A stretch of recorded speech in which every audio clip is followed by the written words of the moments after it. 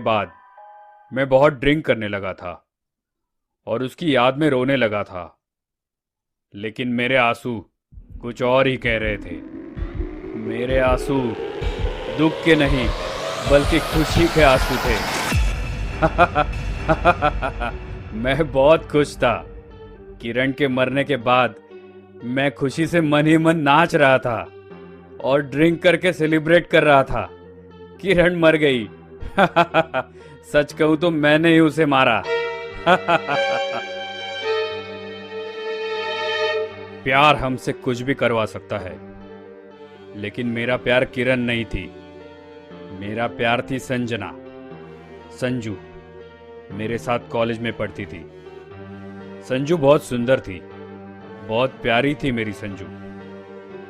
लेकिन न जाने क्यों मेरे घर वालों को संजना बिल्कुल पसंद नहीं थी। संजू और मैं एक दूसरे से बहुत प्यार करते थे। मेरी शादी के बाद तो वो बिल्कुल टूट चुकी थी। मेरी शादी के बावजूद वो पगली मेरी राह देख रही थी। मैं बस किरण से छुटकारा पाना चाहता था और मुझे पता था कि किरण मुझे आसानी से डाइवोर्स नहीं देने वाली। मेरे मन में मेरे घर वालों के प्रति और किरण के प्रति बहुत गुस्सा था। किरण तो मुझे डाइवोर्स देने से रही, लेकिन किरण की एक कमजोरी मेरे हाथ लग गई। उसने ही बातों बातों में मुझे ये बात कही थी। ये कमजोरी मुझे और संजू को फिर से एक साथ लाने वाली थी। किरण को भूतों और अंधेरों से बहुत डर लगता था। वो बिल्कुल डरपोक थी। उसका दिल बहुत कमजोर था। बस एक परफेक्ट मर्डर प्लान मेरे दिमाग में आ गया। मैं रोज किरण को डरावनी कहानियां सुनाने लगा। वो डर के मारे अपने कान बंद कर लेती थी, मुझसे दूर भागती थी। मैं उसे बहुत डराया करता था। डर के मारे वो ठीक से सो भी नहीं पाती थी। 2 साल तक मैंने उसे बहुत डराया, उसका जीना हराम कर दिया।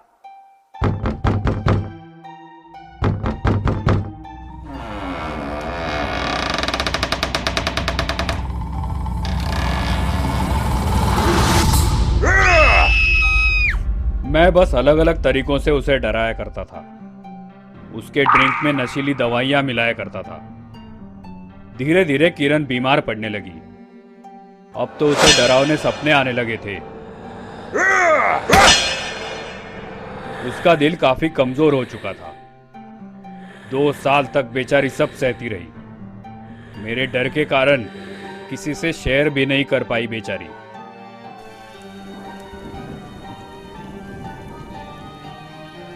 उस रात मैंने पंखे पर एक बहुत डरावना मांस लटका दिया और अंधेरा करके चुपचाप सो गया। रात को किरण ने वो मांस देखा और डर के मारे उसके सीने में बहुत पेन होने लगा।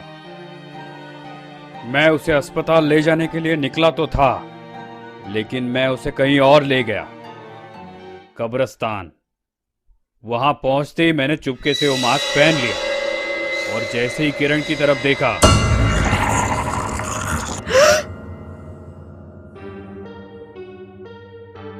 किरण को एक जबरदस्त दिल का दौरा पड़ा और इसने गाड़ी में ही अपना दम तोड़ दिया। घर वालों और पुलिस से बचने के लिए मैं उसे अस्पताल ले गया। पोस्टमार्टम की रिपोर्ट के अनुसार हार्ट फेलियर के कारण किरण की मौत हो गई थी। बस यही तो मैं चाहता था। किरण परलोक यात्रा पर चली गई और किसी को मुझ पर शक भी नहीं आया। मैं खुशी के मारे झूम रहा था और सेलिब्रेट कर रहा था।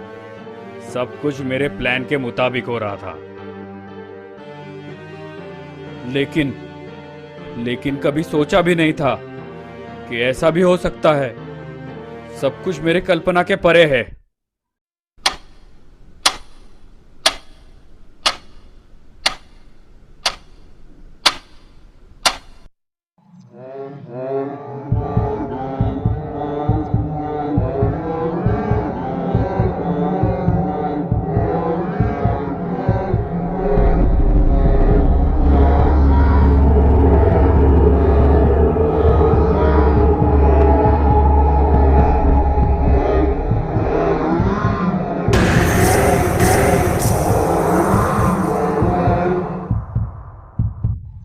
मुझे अब किरण दिखने लगी है।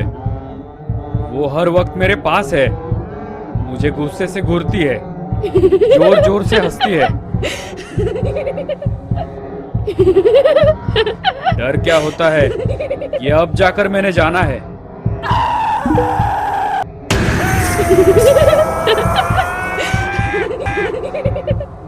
बस एक ही चीज कहती रहती है, समीर, अब मुझे बिल्कुल भी डर नहीं लगता है।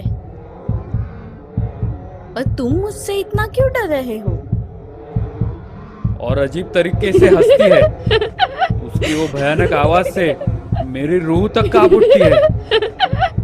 उसका चेहरा बहुत भयानक हो गया है।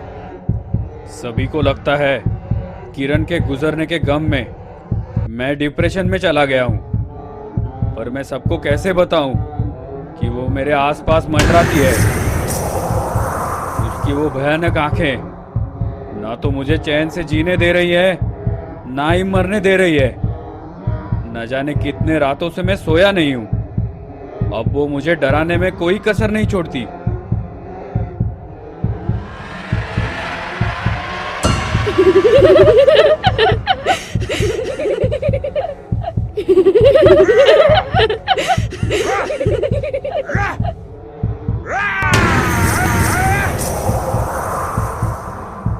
डर के मारे अब मैं बहुत बीमार पड़ गया हूँ। मैं चीखता हूँ, चिल्लाता हूँ, लेकिन कोई मेरी बातों पे विश्वास नहीं करता।